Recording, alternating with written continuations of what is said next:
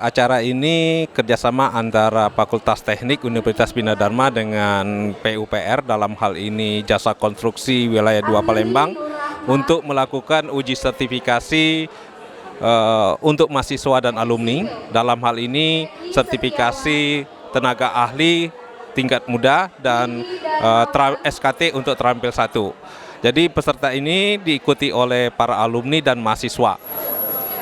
Hari ini tanggal 7 Oktober 2019 secara resmi dibuka.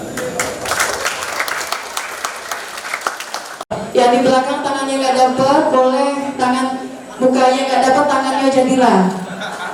Yo. Tujuan daripada sertifikasi ini adalah untuk membekali mereka nanti masuk dunia kerja, karena memang untuk masuk dunia kerja di bidang konstruksi sekarang diperlukan yang namanya sertifikat.